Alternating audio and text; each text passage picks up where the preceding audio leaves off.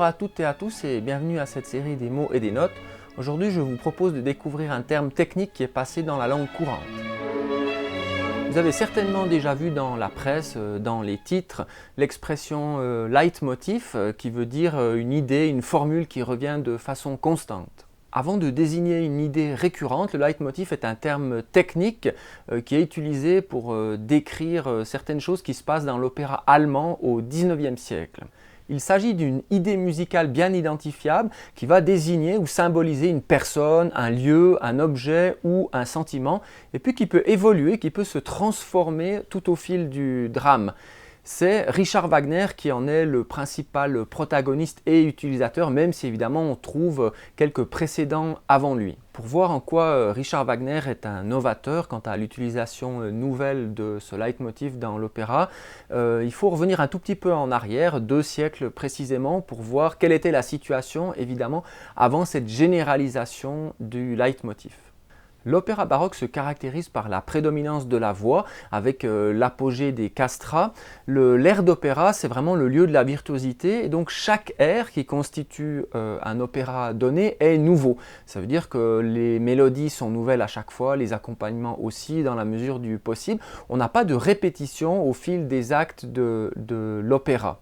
L'ouverture de l'opéra, donc la petite pièce symphonique qui ouvre les actes de l'opéra, aussi elle est interchangeable, ça veut dire qu'on peut utiliser une ouverture pour un opéra et la réutiliser l'année suivante pour un nouvel opéra si le compositeur n'a pas eu le temps d'en faire une originale. Ça veut dire que le matériel présenté dans l'ouverture, par exemple, ne sera pas forcément réentendu dans la suite de l'opéra.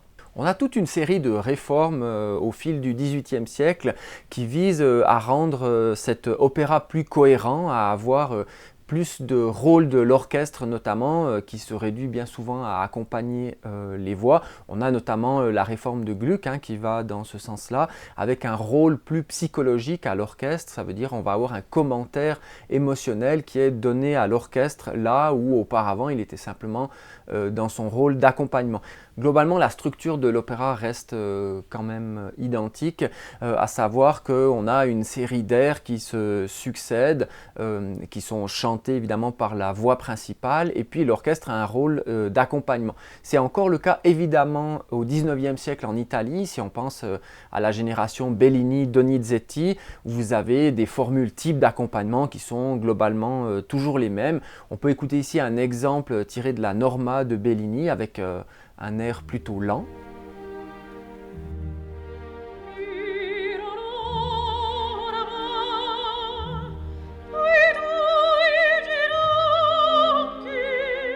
Et puis ici, toujours dans le même opéra de 1831, un air un tout petit peu plus rapide, mais avec des formules d'accompagnement type.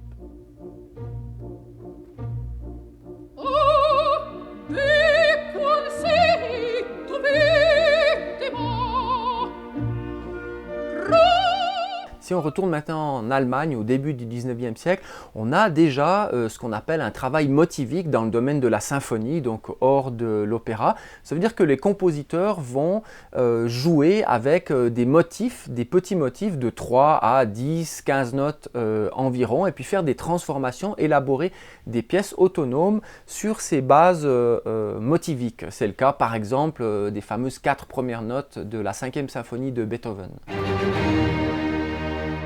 On trouve la même technique dans le domaine de l'opéra, notamment chez Carl Maria von Weber, qui est un des protagonistes de l'opéra romantique allemand au début du XIXe siècle. On va trouver ça aussi dans un nouveau genre qui émerge chez les romantiques allemands, qui s'appelle le poème symphonique, avec son grand représentant qui est Franz Liszt, un ami de Richard Wagner. C'est justement pour décrire la technique musicale de ces quelques compositeurs qu'apparaît le terme leitmotiv. On le trouve pour la première fois dans les années 1860-65 sous la plume de August Wilhelm Ambros qui va commenter les opéras de Wagner et justement les poèmes symphoniques de Franz Liszt. Un tout petit peu après lui, on a en 1871 Friedrich Wilhelm Jens qui lui va analyser l'œuvre de Carl Maria von Weber en utilisant aussi ce terme de leitmotiv. La diffusion à très large échelle de ce nouveau terme est toutefois le fait d'un autre musicologue qui s'appelle Hans von Volkshogen, qui lui, en 1876, va justement publier un catalogue thématique de tous les leitmotifs qu'on trouve dans 4 nouvelles opéras de Richard Wagner qui sont créés ensemble en 1876. Il s'agit de sa fameuse tétralogie, donc l'Anneau des Nibelungen. Le mot leitmotiv, qui provient de la langue allemande, vient justement du verbe leiten, diriger, et puis le motif, ça c'est la même chose en français, motif. Donc il s'agit d'un motif directeur, un motif qui va diriger l'action musicale. En général, c'est de 3-4 notes à une quinzaine de notes, ou ça peut être simplement un enchaînement d'accords, donc un enchaînement harmonique, voire même uniquement un rythme. Le leitmotiv doit apparaître évidemment plusieurs fois et en principe on va le retrouver tout au long de l'opéra pour marquer un personnage, pour marquer un sentiment.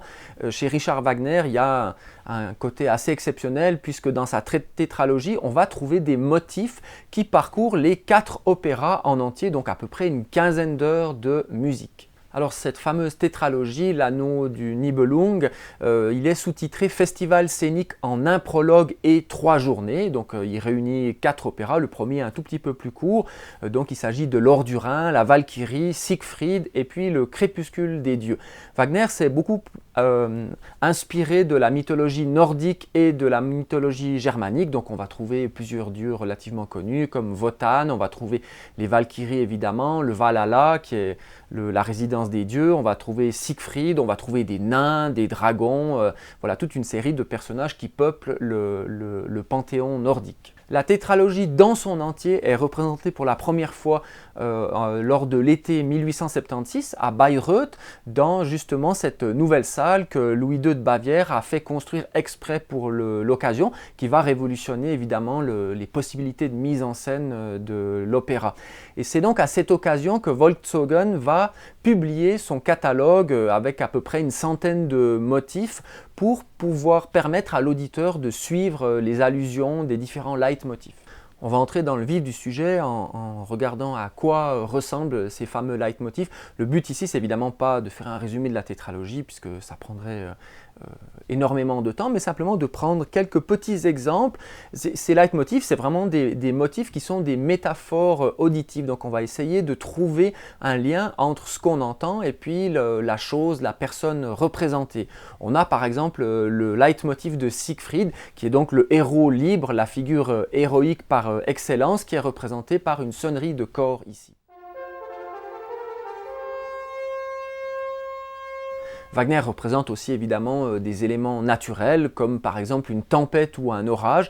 Et donc il va utiliser des gammes descendantes et ascendantes extrêmement agitées qui montrent le tourment des éléments. Ici c'est le motif de la tempête.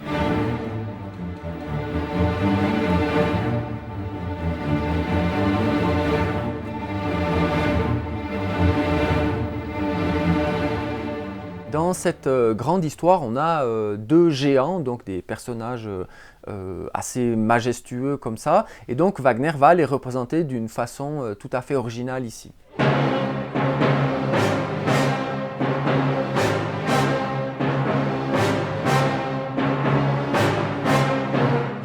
Qui dit mythologie nordique dit évidemment présence d'un dragon, donc on a un dragon qui apparaît ici, donc qui marche lentement hein, puisqu'il est évidemment lourd avec quelque chose de mystérieux, et donc le leitmotiv choisi par Richard Wagner représente métaphoriquement cette majesté.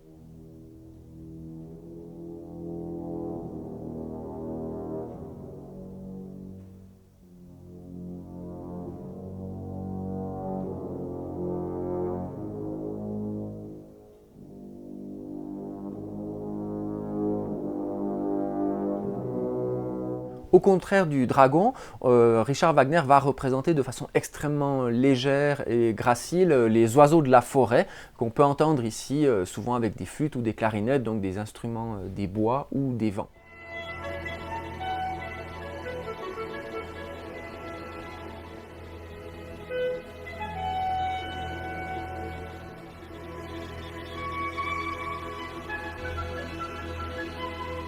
Et puis évidemment, on ne peut pas parler de la tétralogie et de ses leitmotifs sans évoquer un des plus célèbres, c'est-à-dire le leitmotiv de la chevauchée des Valkyries, qui a été rendu célèbre en dehors de l'opéra, notamment dans le film Apocalypse Now de Francis Ford Coppola.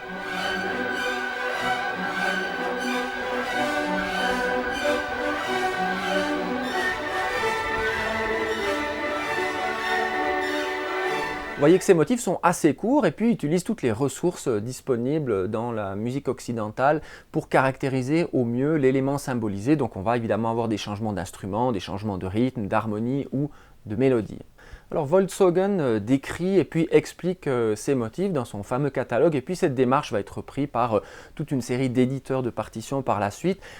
Si bien que dans les partitions, on a souvent 1 ou 2 pages au début de l'œuvre qui listent les différents motifs, et puis par la suite, vous allez avoir par une numérotation ou par des lettres l'identification à chaque moment de tel ou tel motif. Ce terme leitmotiv n'est pas de Richard Wagner, et puis il a toujours été un peu ambigu quant à cette appellation. Il a souvent été contre ce terme, il préférait d'autres termes dans ses écrits théoriques, notamment Opern und Drama, qui est sa grande œuvre théorique de 1851, où il préférait le terme Grundthema ou bien plus tard Hauptmotiv. Mais à plusieurs reprises, on peut trouver des contradictions dans la correspondance ou dans d'autres écrits de Wagner où il utilisait malgré tout ce terme de leitmotiv. Alors le leitmotiv a évidemment plusieurs rôles. Le principal, c'est évidemment de compléter et de souligner l'action et le texte avec les moyens propres de la musique, puisque là où s'arrêtent les mots peut commencer la musique par des allusions en réalité. Et puis Wagner a cette phrase, cette faculté de langage de l'orchestre en tant que faculté d'affirmation de l'inexprimable. Donc ce leitmotiv va pouvoir exprimer des choses que les mots ne peuvent pas forcément dire. Un rôle non négligeable est aussi celui d'ancrer dans la mémoire de l'auditeur certains thèmes, certains sentiments. Et donc l'idée, c'est de pouvoir éveiller des sentiments ou des souvenirs à très long terme. Donc par exemple, après 6 ou 7 heures d'opéra, vous avez quelques motifs qui reviennent, qui vont vous évoquer des souvenirs de Siegfried par exemple, ou de l'Or du Rhin, ou d'autres opéras. Le leitmotiv ne se réduit pas évidemment à un catalogage presque simpliste des différents motifs qu'on trouve au cours de la partition. Il y a des rôles évidemment bien plus profonds à cette chose-là. Et puis ce strict catalogage avec des annotations dans la partition a agacé assez régulièrement Wagner, on peut le lire ici dans une lettre à Cosima. « Je joue à 4 mains avec louche des passages du crépuscule des dieux. Richard dit qu'il est heureux de son œuvre. Malheureusement, cette édition fourmille d'indications comme thème de la joie du voyage, thème du malheur, etc. Richard dit « À la fin, les gens vont croire que ces absurdités se font sur mon ordre ». Dans un écrit de Wagner qui date de 1879, qui s'appelle « De l'application de la musique au drame », Wagner va beaucoup reprocher à Wolfshogen de s'être intéressé justement à ces prétendus leitmotifs uniquement d'un aspect catalogage en réalité, en oubliant leur principale utilité selon Wagner, qui est celui de leur utilité pour la structure de la composition musicale même.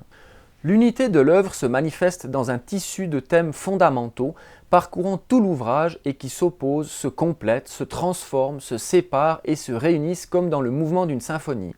Seulement ici, c'est l'action dramatique exécutée et représentée qui règle les modalités des séparations et des réunions.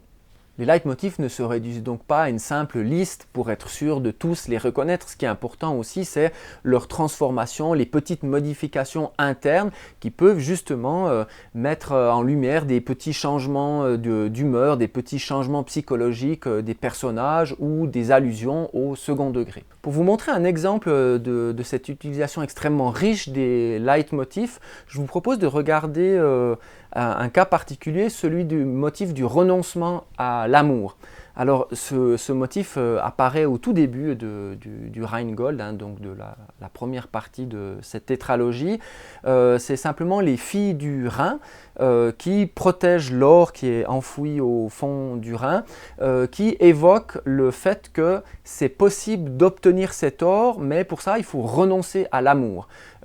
Pour elle, évidemment, c'est inimaginable qu'un être humain puisse renoncer volontairement à l'amour, donc grosso modo, l'or est bien protégé.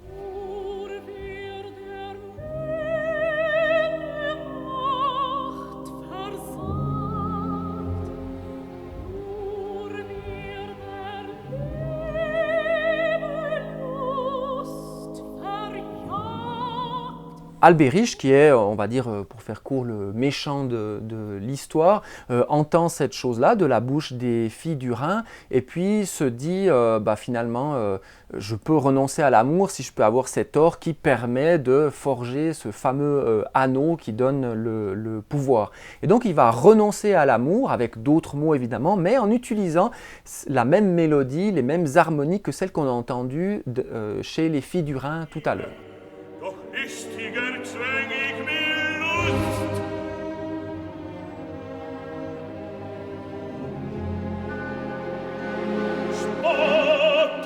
Ce motif sera donc presque exclusivement associé au personnage de Albéric, mais pas uniquement, on peut le trouver pour décrire des situations similaires chez d'autres personnages ou alors simplement pour évoquer ce qu'a dû faire Albéric, ce que cette chose-là a coûté à Albéric pour obtenir cet or. Alors on entend ce même motif un tout petit peu après quand Loguet, le dieu du feu, apparaît, donc il est fourbe, calculateur, et puis il évoque ce renoncement justement sur le même leitmotiv déjà entendu.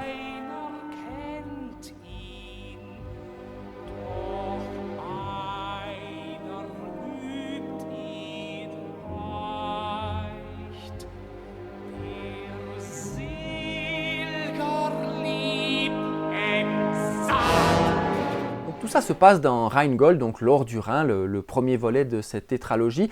Dans l'opéra suivant, qui s'appelle La Valkyrie, on va retrouver ce motif-là, mais pour un tout autre personnage, donc chez Wotan, qui est le dieu principal ici de cette action, qui à un moment donné doit sacrifier sa fille, Brunhilde, qui est une des Valkyries, et qui en plus est sa fille préférée. Il doit la sacrifier parce qu'elle lui a désobéi, et donc par différents serments qu'il a, il doit évidemment faire respecter cette loi. Donc il va la sacrifier en l'exposant sur un rocher entouré d'une barrière de feu. Et puis à ce moment-là, il réalise évidemment qu'il va devoir renoncer à l'amour qu'il a pour sa fille, donc à cette relation filiale extrêmement importante pour lui. Et donc il va être coupé de sa fille. Ça renvoie évidemment au sacrifice que doit faire presque son anti-héros, hein, qui est Albéric, qui a dû renoncer à l'amour, et ici dans une sorte d'ironie du sort, hein, de deuxième degré psychologique, Wotan est victime du même accablement que celui de Albéric. Donc on entend au milieu des mots, hein, de Wotan ce motif du renoncement à l'amour.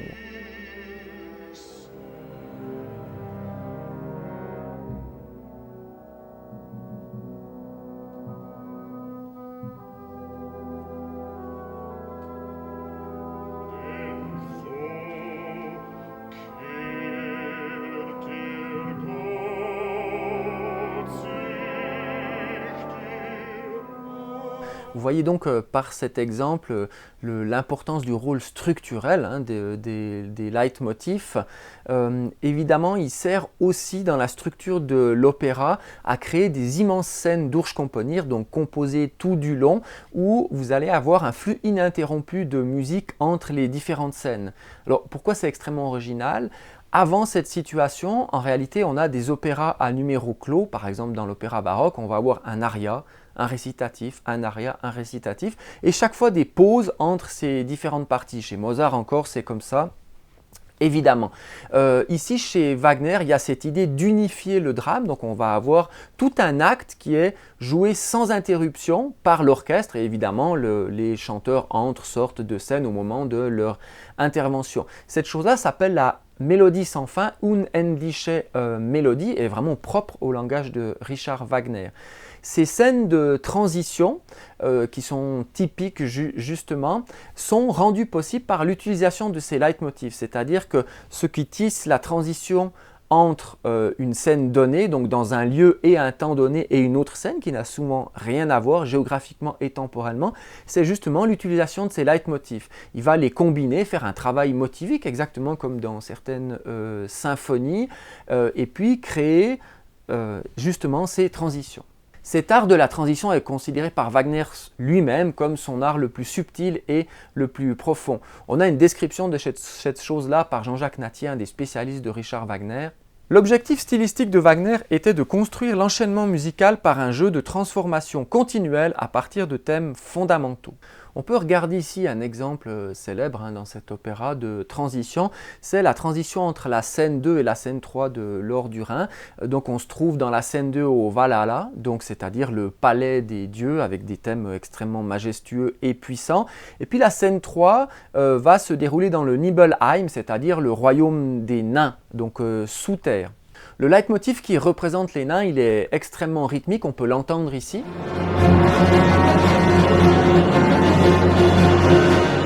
Et donc dans la scène qui précède, Wagner va devoir passer du Valhall jusqu'au royaume du Nibelung, donc des nains, et puis introduire petit à petit ce motif. Alors on peut écouter, pas toute la scène parce que c'est trop long, mais le moment où ces thèmes des divinités du Valhall disparaissent progressivement, et puis le rythme frappé sur des enclumes, qui symbolise évidemment les nains forgerons, apparaissent progressivement.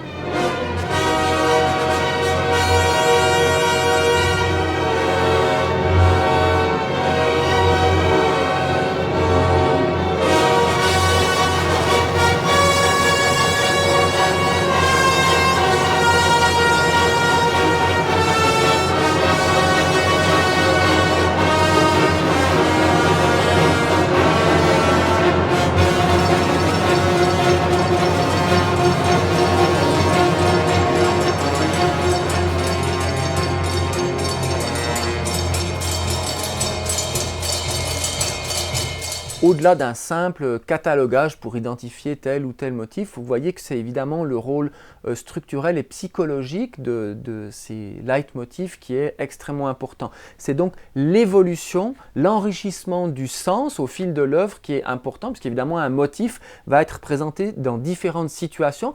Chacune de ces situations enrichissent le sens initial d'un motif. Donc évidemment un motif qui est réentendu à la toute fin de la tétralogie, après 12, 13, 14 heures de musique, véhicule avec lui le sens original, mais aussi tous les ajouts de nouvelles situations au fil et à mesure des opéras. À côté de ça, on a aussi évidemment le caractère indicible de la musique, ça veut dire qu'on ne peut pas mettre forcément des mots précis sur un leitmotiv. On le voit très très bien dans les premiers catalogues Volkswagen et d'autres, et puis certaines notes de Wagner où on voit que certains motifs ont été étiquetés de manière tout à fait différente. On a aussi un cas célèbre, c'est celui du motif du Valhalla, qui apparaît donc dans la première occurrence de ce lieu, évidemment, mais en réalité, ce motif-là, il symbolise autant le lieu géographique, le Valhalla, que la noblesse de Wotan, puisque c'est présenté en même temps, ça apparaît en même temps, donc il y a évidemment cette ambiguïté liée à la musique. On peut juste entendre ce motif ici.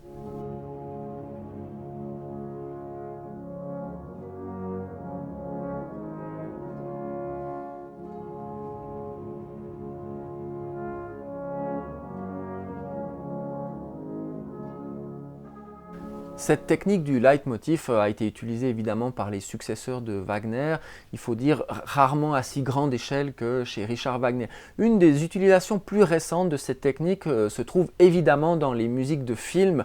L'exemple le plus célèbre, c'est probablement le cycle de 9 films de Star Wars, où on a un seul compositeur, donc John Williams, qui s'est chargé de la musique sur à peu près 40 ou 50 ans, on va dire. À titre d'exemple, je peux vous faire écouter ici le thème de Dark Vador, qui est un des méchants de l'histoire évidemment, qui est présenté une fois dans sa version marche impériale, comme ça, très majestueuse. Et puis on peut avoir toute une série de déclinaisons de ce motif-là, par exemple dans une version beaucoup plus mystérieuse et inquiétante qui peut arriver à l'arrière-plan lorsque d'autres personnages se croient par exemple en sécurité et puis simplement le compositeur rappelle par la présence du leitmotiv cette inquiétude, cette épée de Damoclès qui pèse toujours sur ces personnes-là. On entend ici ce thème à la harpe.